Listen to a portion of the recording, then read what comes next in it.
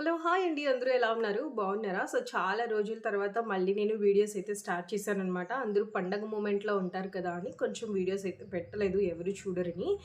But ఈరోజు video వచ్చేసి చాలా చాలా హెల్ప్‌ఫుల్.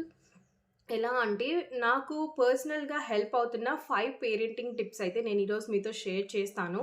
ఇదేంటంటే పిల్లల్లో బిహేవియర్ ప్రాబ్లమ్స్ రాకుండా ప్లస్ మనతో బాగా కనెక్ట్ అవ్వడానికి చాలా బాగా హెల్ప్ అవుతాయి. అండ్ పిల్లలు మనం చెప్పిన మాటలు ఫాలో అవ్వడానికి కానీ, మనల్ని చూసి మంచి, చెడు ఎలా అని తెలుసుకుంటాం కానీ, ఎమోషన్స్‌ని ఎలా హ్యాండిల్ చేయొచ్చు అనేది కానీ, వీటన్నిట్లికి సంబంధించి నేనొక 5 టాప్ టిప్స్ అయితే ఇస్తాను. ఇవి మీకు ఎంతో కొంత హెల్ప్ అవుతాయని నేను అనుకుంటున్నాను.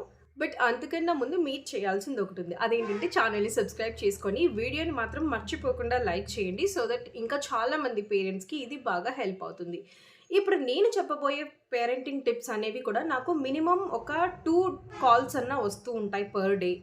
స్పీచ్ డిలేకి సంబంధించి కానీ, బిహేవియర్ ఇష్యూస్‌కి సంబంధించి కానీ, లేదంటే హైపర్ యాక్టివ్‌కి సంబంధించి కానీ, ఆటిజమా లేదంటే స్పీచ్ డిలేనా అని కన్‌ఫ్యూజన్ ఉన్నవాళ్ళు కానీ నాకు కాల్ చేస్తూ ఉంటారు. అండ్ వీడియోని ఎండ్ వరకు చూడండి. మీరు నన్ను ఎలా కాంటాక్ట్ అవ్వచ్చు అనేది కూడా నేను చూపిస్తాను మీకు. అండ్ చాలామంది చెప్తున్నారు మిమ్మల్ని ఎలా కాంటాక్ట్ చేయాలో అర్థం కావట్లేదు అని. సో, కాబట్టి వీడియో ఎండ్ వరకు చూస్తే నేను అది కూడా మీకు చాలా క్లియర్‌గా చెప్తాను.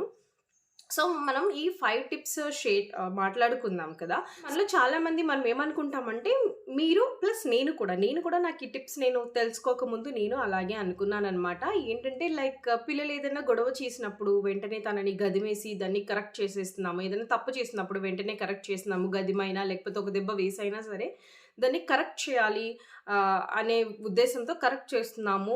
అది బెస్ట్ పేరెంటింగ్ టిప్ అని మనం అనుకుంటూ ఉంటాము. బట్ వాస్తవానికి మనం ఇక్కడ కరెక్ట్ చేసే కన్నా కూడా కనెక్ట్ చేసుకోవడం చాలా ఇంపార్టెంట్.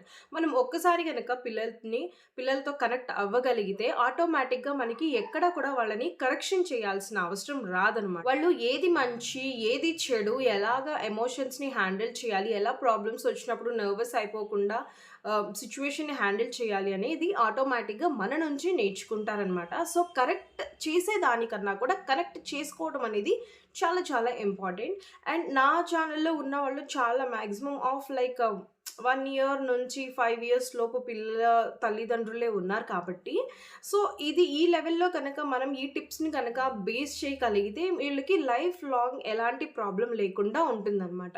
సో, వాళ్ళ ఫ్యూచర్ కూడా చాలా బ్యూటిఫుల్‌గా ఉంటది. సో, నేను 5 టిప్స్ చెప్తానన్నాను కదా! అందులో ఫస్ట్ టిప్ వచ్చేసి 3 golden times where you need to connect with your kid. అంటే 3 గోల్డెన్ పీరియడ్ టైమ్స్ అని చెప్తామనమాట. 1 డేలో. ఆ టైమ్స్‌లో మనం కంపల్సరీ ఏ పనిలో ఉన్నా సరే అది వదిలేసి వచ్చి పిల్లలతో కనెక్ట్ అవ్వాలి.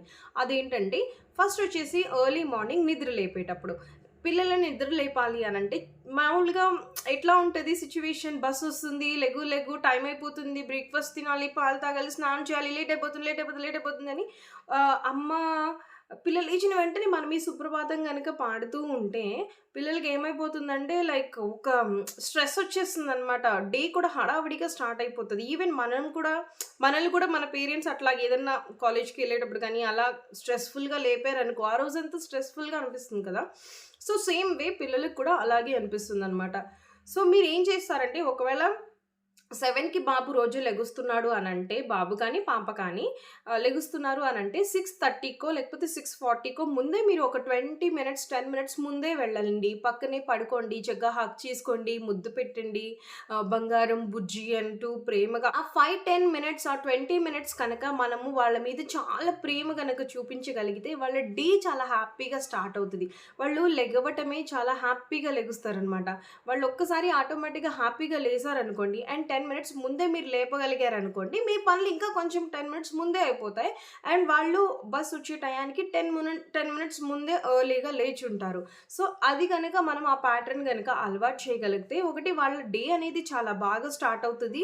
అండ్ దాంతో పాటు వాళ్ళు ఎలాంటి స్ట్రెస్‌కి గానీ స్ట్రెస్‌కి కానీ గురవ్వరు. అండ్ దాంతో పాటు ఎలాంటి డిలే కూడా ఉండదనమాట.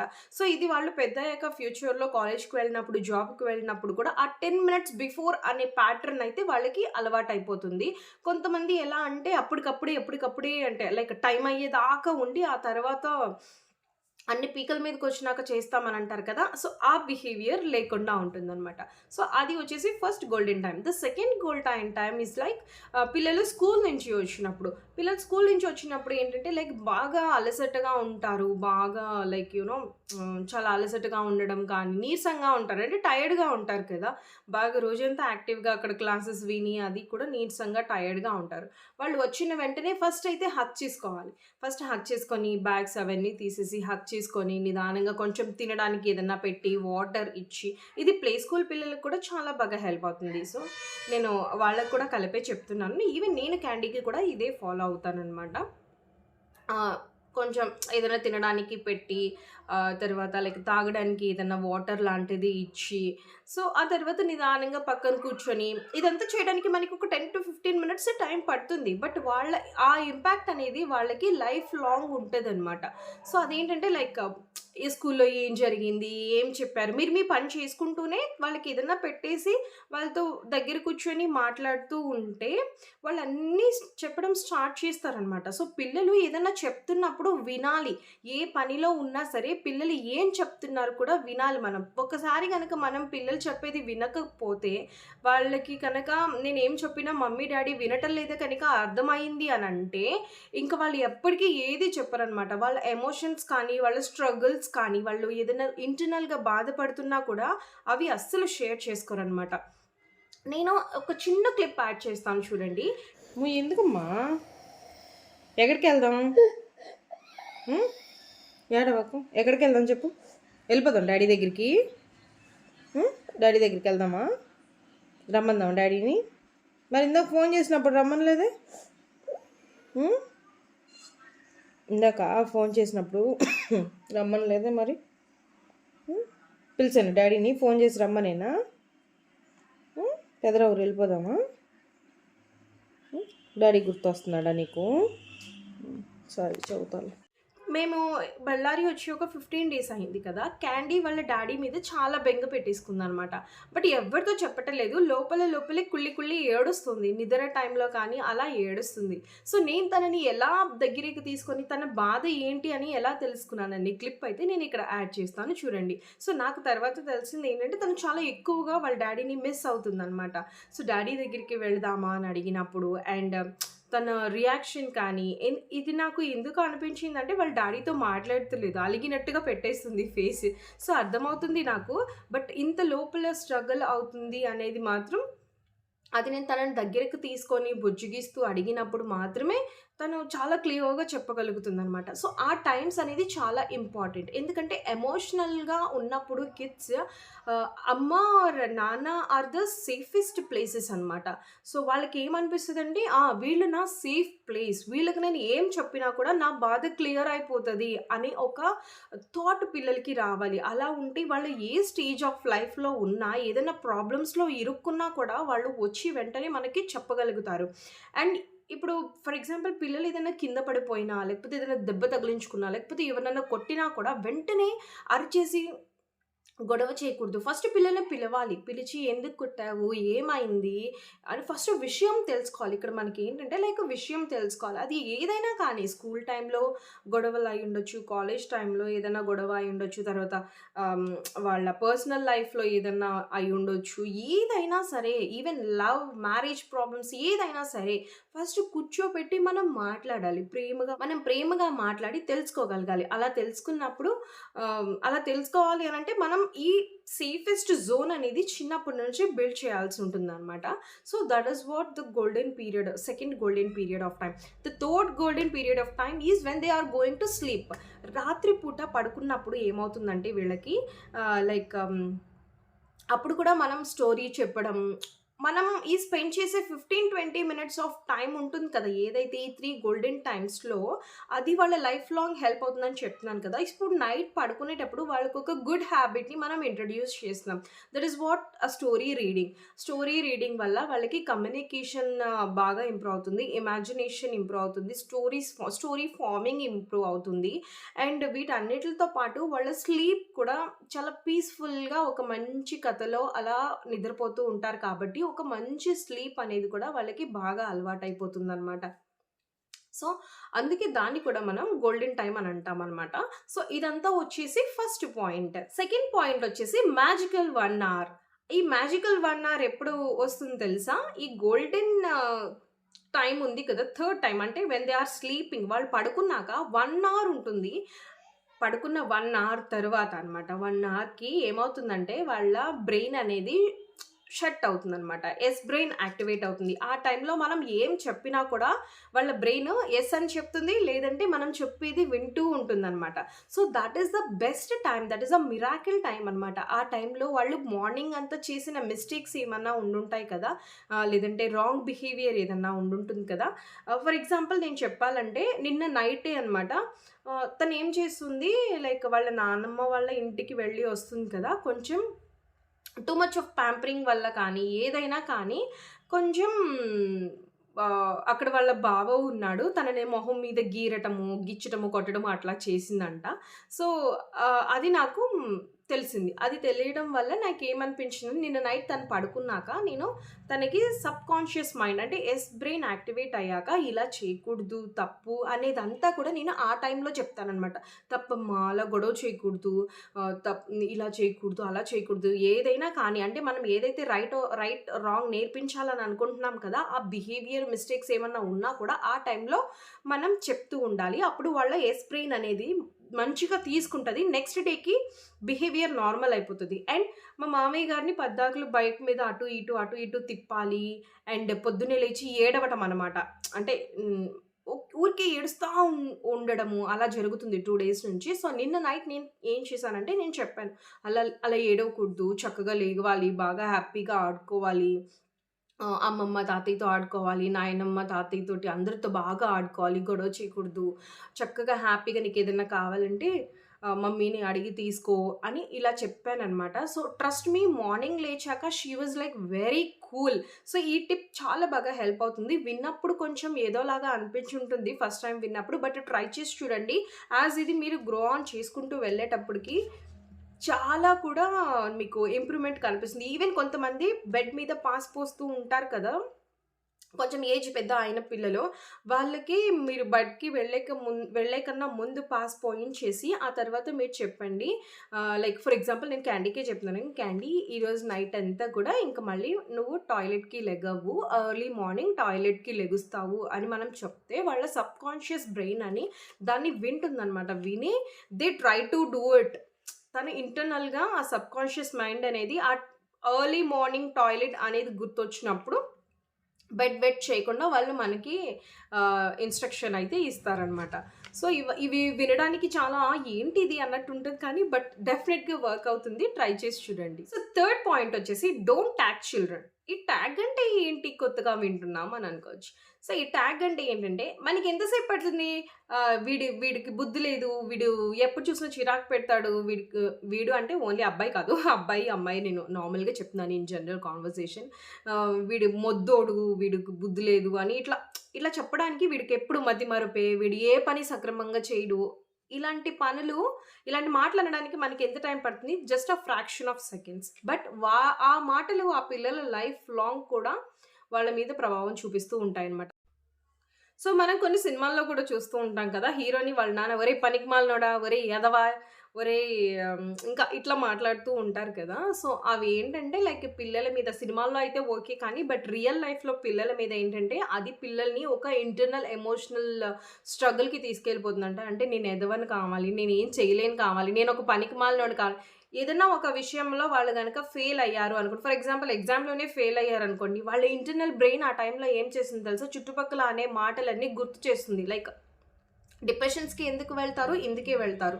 లైక్ అప్పుడు ఏమవుతుందంటే ఇంట్లో పనికిమాలినోడు అనేదంతా వింటూ ఉంటారు కదా! సో, అప్పుడు ఆ టైంలో ఇలా ఏదన్నా స్ట్రగుల్ వచ్చినప్పుడు, ఏదైనా ఒక ప్రాబ్లమ్ వచ్చినప్పుడు, ఏదైనా ఫెయిల్యూర్ వచ్చినప్పుడు వాళ్ళు తట్టుకోలేక నిజంగా నేను పనికిమాలినోడిని, ఫస్ట్ నుంచి పనికిమాలినోడినేమో అనే ఒక థాట్ వచ్చేసిందనమాట. చిన్నగా వాళ్ళు స్ట్రగుల్ స్టార్ట్ అయిపోతది. కొంతమందికేమో అది డిప్రెషన్‌గా అయిపోతుంది. కొంతమందేమో నేను ఎలాగో పనికిమాలినోడిలే కదా! ఏం చేయకపోయినా పర్వాలేదులే ఎలాగో తిడుతున్నారు కదా! అనే సిట్యుయేషన్ కూడా వచ్చేస్తుంది. సో, అందుకే పిల్లల ముందు ఏం మాట్లాడాలి, ఏం మాట్లాడకూడదు అని తెలుసుకోవడం చాలా చాలా ఇంపార్టెంట్ అనమాట. సో, ఎప్పుడు కూడా positive attitude, positive way of saying పిల్లల ముందు మాట్లాడే మాటలు చాలా జాగ్రత్తగా మాట్లాడాలి.